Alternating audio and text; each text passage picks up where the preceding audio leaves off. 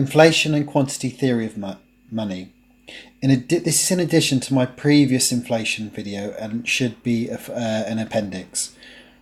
The causes of demand pull inflation we've discussed already. For example, high consumer spending or high demand for exports, the money supply growing faster than output, also things like bottleneck shortages. That is, if demand grows more quickly at a time when labour and resources are already being fully used, then increasing output may lead to shortages and positive output gaps.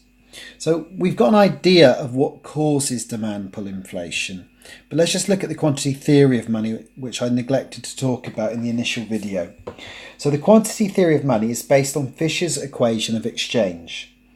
The formula is really straightforward. Money supply times by velocity of money, in other words, how many times it goes around the circular flow, is equal to the price level times aggregate transactions.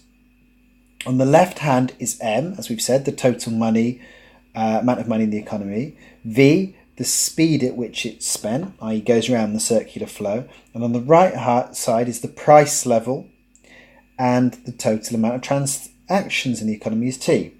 Monetarists argue that in the short run, V and T are unlikely to change. So any increase in P, the price level, will be directly caused by an increase to M, the money supply. Both sides of the equation are assumed to be equal to each other, so any increase in the money supply will create the same percentage increase in the price level of P. To avoid inflation, monetarists believe that the money supply needs to be strictly controlled.